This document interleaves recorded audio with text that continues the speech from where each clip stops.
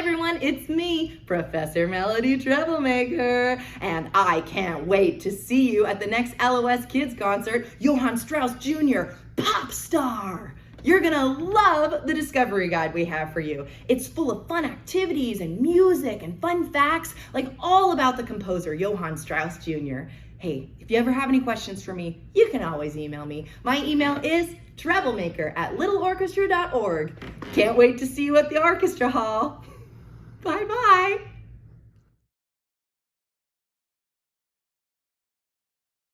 Hi everybody, my name is Rachel and I am so excited to talk to you today about my very favorite instrument.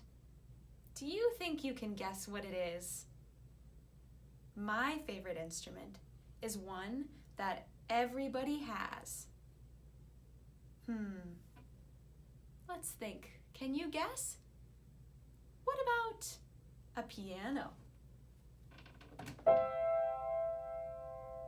Does everybody have a piano?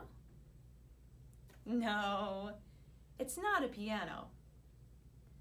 My very favorite instrument you carry with you all the time. What about a guitar? Do you carry a guitar with you all the time? No. My very favorite instrument is the voice. Yes, and we all have one. Everybody, can you gently feel your voice and just make a little sound? Ah. Try it with me. Ah. Can you feel it buzzing? I love the voice, and it can do so many different things. Let's think about a couple of the things that our voice does every single day.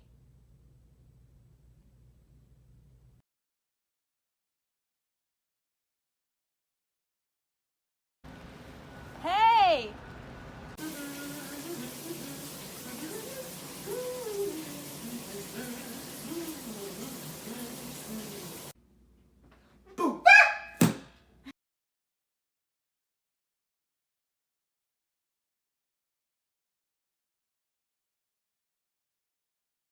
The voice just amazing? You know, I know a song that puts together two different things the voice can do. Laughing and singing. Have you ever tried to put together laughing and singing at the same time? Let's try it now. I'll start and then you try with me. Ha, ha, ha. Your turn. Ha, ha, ha. Now my turn. Ha, ha, ha, ha, ha. Your turn. Ha, ha, ha, ha, ha. Great job. That was so fun. At our next concert, you'll be able to hear a whole song that puts together laughing and singing at the same time. But until then, you have plenty of time to take your own special voice all over to try everything it can do. And by the time you join us, you'll be able to listen for the laughing and the singing and all the many things that the voice can do. Thank you so much for talking with me about my very favorite instrument, and I hope to see you soon. Bye!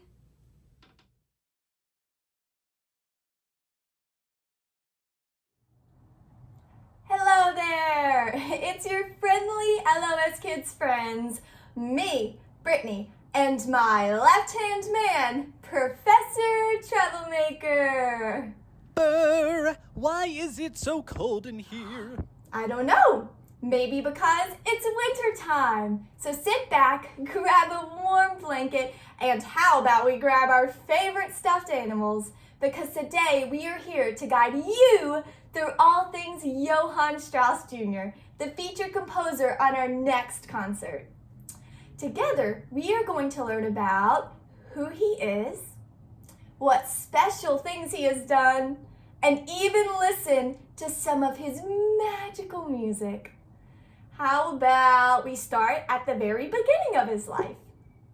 Well, Johann Strauss Jr., or Johann Strauss II, as he is sometimes called, was born in Vienna, Austria in 1825. That was almost 200 years ago. Whoa! I wonder what composers will be famous 200 years from now. Wow, I love that thought, Professor Treblemaker. Maybe it could be some of the young composers featured in our very own concerts, like Mondriana Villegas. Wouldn't that be super awesome? Question, if he is Johann Strauss II, who was Johann Strauss I? I am so glad you asked, Professor Treblemaker. Well, Johann Strauss Jr.'s father was Johann Strauss Sr., or Johann Strauss I. And guess what? He was a composer too. How cool is that? His mother was a violinist, and his two brothers were composers as well.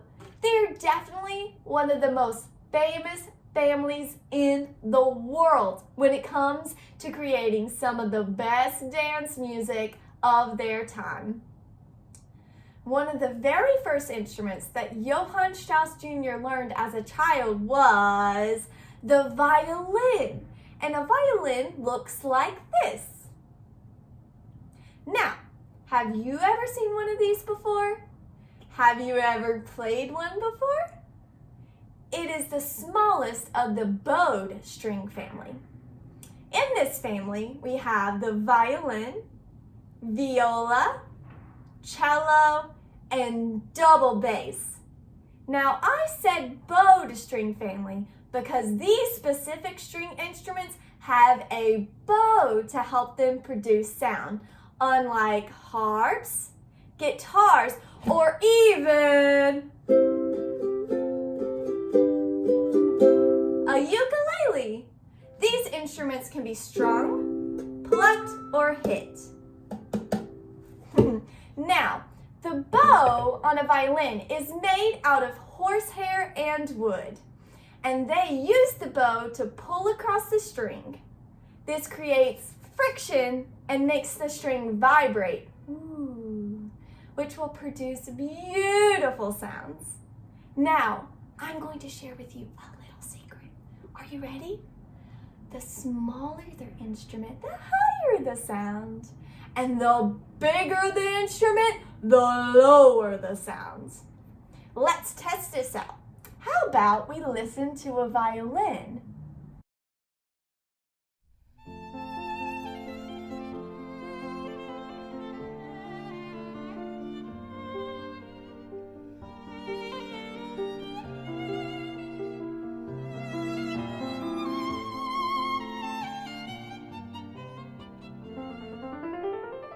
So beautiful.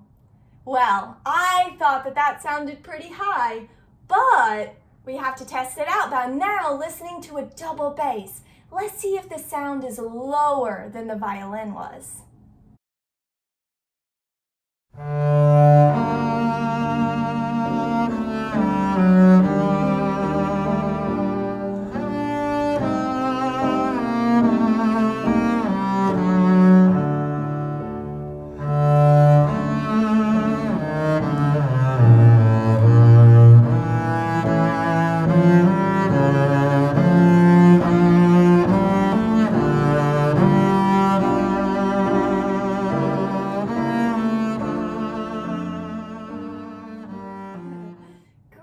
Thank you for listening with me. Could you tell the difference between the violin and the double bass? Was the violin higher and the double bass lower? Yeah, great job. Well, at the age of 19, Johann had his debut concert, and everyone loved it. Even though his father was famous for writing waltzes, Johann Jr. was named the King of Waltzes.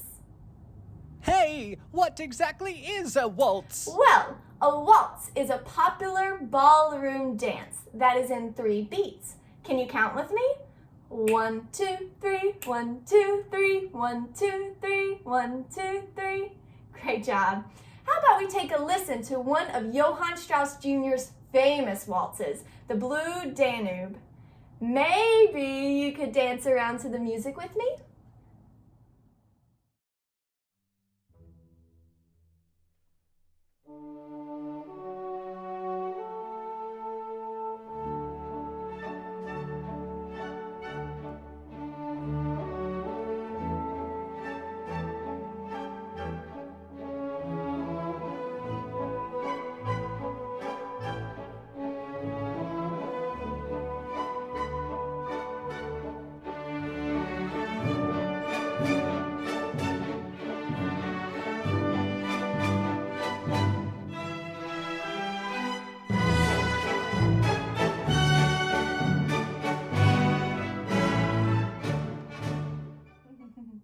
Awesome! That piece brings me a lot of joy and excitement. It makes me want to dance.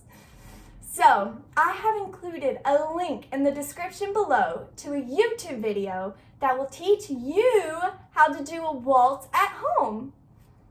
Johann became a global superstar, touring all over the world and making dance music super popular. Now, how about we think about our favorite pop star today? Ooh, like Elmo? Sure, why not? He would have been just as famous as Elmo. He created over 500 dance pieces, 150 of them being waltzes. Now that's a lot of new compositions. It's fun fact time! Did you know that Johann Strauss Jr. had a gold statue to honor him in Vienna? What? In gold? Wow, I did not know that. How about we take a look at what it looks like? Wow, that's impressive. It shows him, I noticed, playing a violin, which was his very first instrument. I think that all the best music in the world makes us smile and dance freely with those around us. And I love that Johann Strauss was able to take classical music and make it popular in the homes of people everywhere around the world. Thank you for learning about the featured composer at our next concert with me. I can't wait to see you in the concert hall. Please stop by and say hi. And next up, you will learn all about ballet with dancers from the New York Theater Ballet School. They will be talking about the life of a young ballet dancer. They will also be answering really fun questions about their lives and things that they love, and even showing you an excerpt from the concert. Oh, also, I just remembered.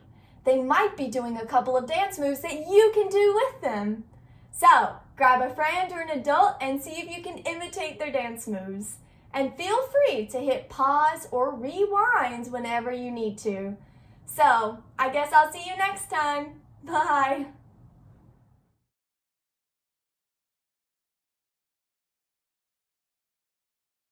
Hello everyone! My name is Josephine and I'm 10 years old. My name is Eva, and I am 10 years old too. As a dancer, it requires a lot of hard work. It also requires responsibility and concentration. We both study dance at the New York Theater Ballet School. I started dancing when I was 5 years old. And I started dancing when I was 4 years old. We both practice at home about 20 minutes a day, and we have 2 1.5-hour classes each week. When preparing for a performance, we usually rehearse on weekends. We both love to dance ballet. I aspire to learn how to dance on point one day. And I hope to learn modern dance one day. My favorite experience as a dancer was dancing in the Nutcracker. My favorite experience is also the Nutcracker because I got a lot of opportunities. Right now, we are preparing for a show with the Little Orchestra Society. Our choreographer for the show is Julian Donahue, and the composer for the music for the show is Johann Strauss Sr. Now we will show you a short excerpt from our upcoming dance.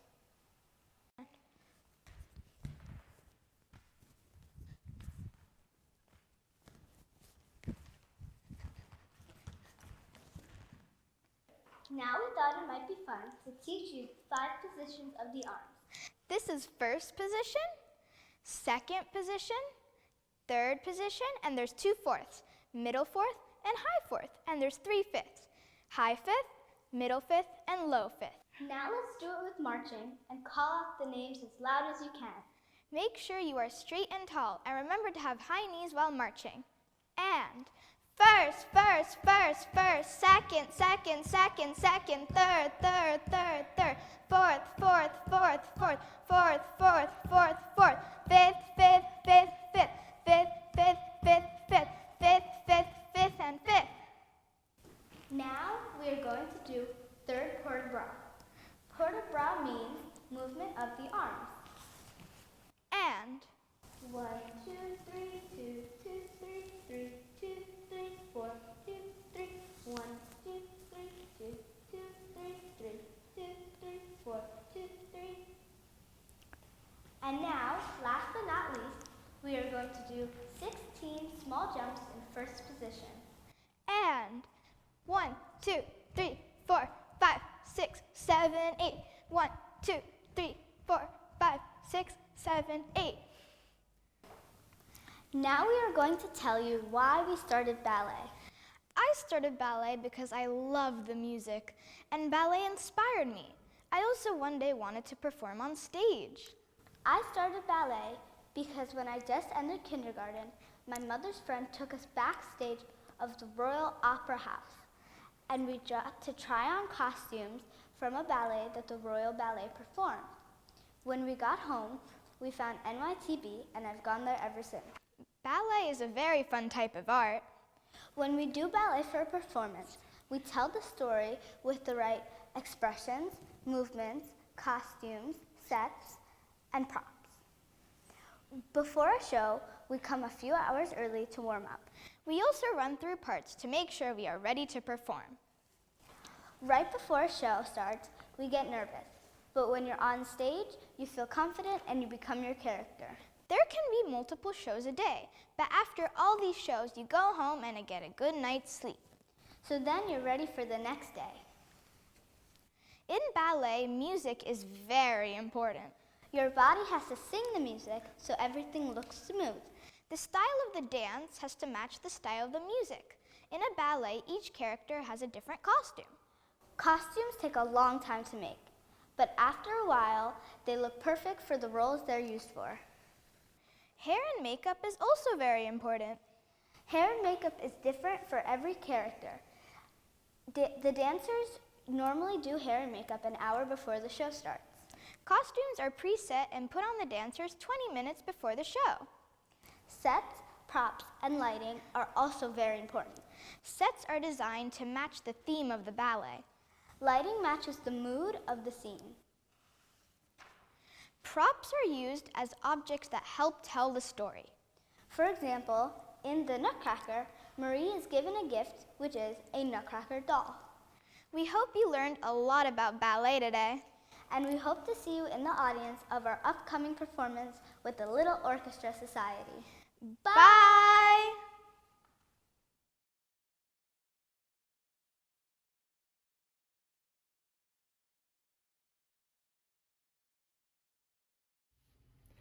Hi everyone! Welcome back to Storytime with me, Jordan. Today we are reading a very special book called We Will Rock Our Classmates by Ryan T. Higgins. This is a very fun book that has music and fun different characters and lots of animals. So let's go ahead and get started. We Will Rock Our Classmates. Penelope was the only T-Rex in her school. Sometimes that made her stand out a little. And sometimes Penelope's classmates didn't see her at all. They just saw a dinosaur. "Wanna play cops and dinosaurs?" You can be the dinosaur. Well, I was hoping to play dentist. Great! We'll be dentists. You be the dinosaur. Have you been flossing? William Amoto's backpack is stuck in your teeth.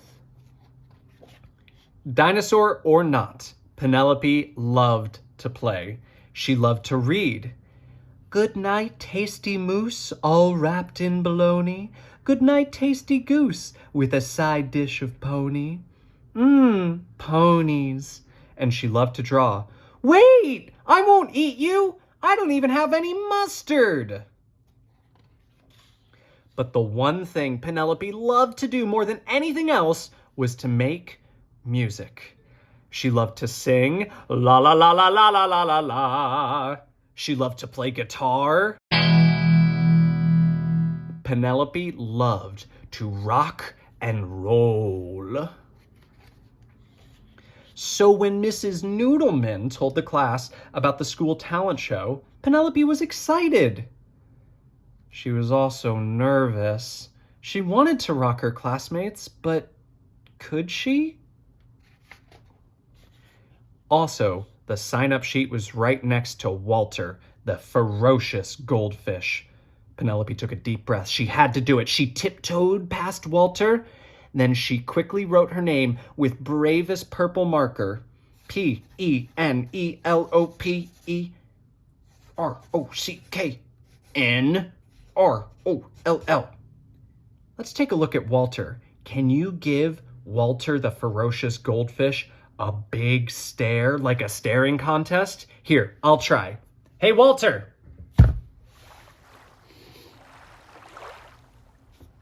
I think I won. After school, Penelope shared the big news with her parents.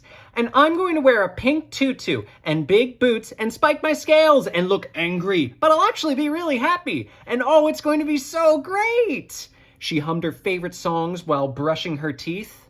Ooh, look what I have.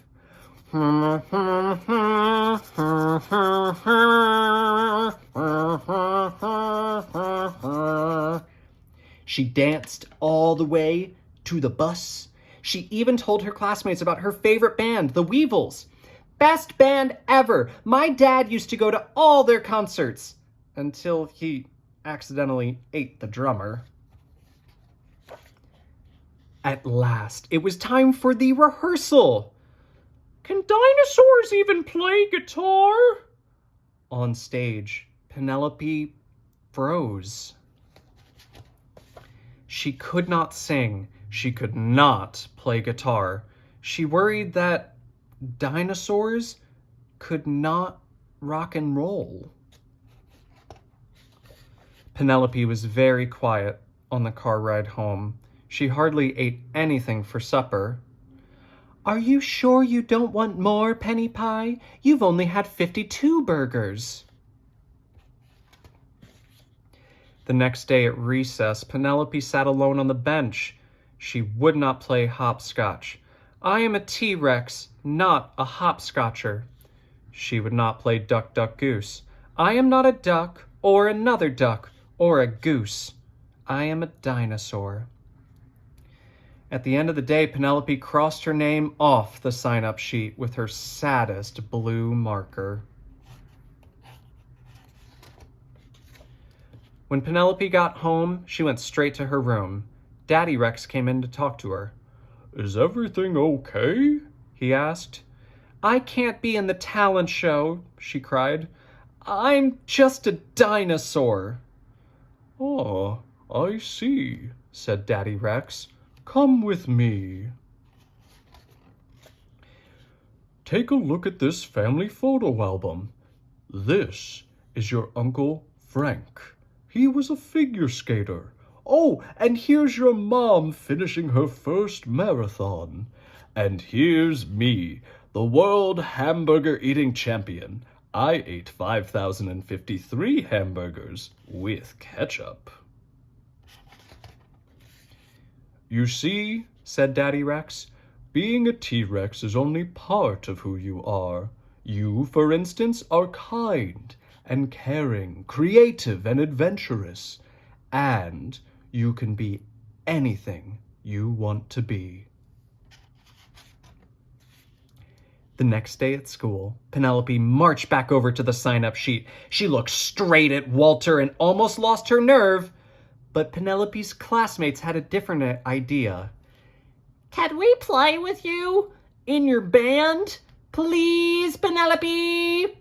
And that gave her just enough courage. It looks like she's going to be in the talent show with Will, whose talent is sounds, Mabel, who can dance, the Stegmans, who do mime, and Martina, who is into magic. On the night of the show, Penelope was really excited and also really nervous. She peeked out from backstage to try and find her parents. Can you guys spot where her parents are? Let me know. There we are. Thank you.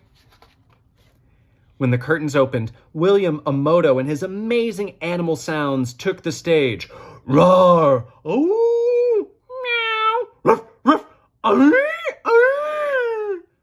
Mabel Hastings and her dancing pony went second. Then there was the Stegman Brothers Synchronized Swimming Mimes Act.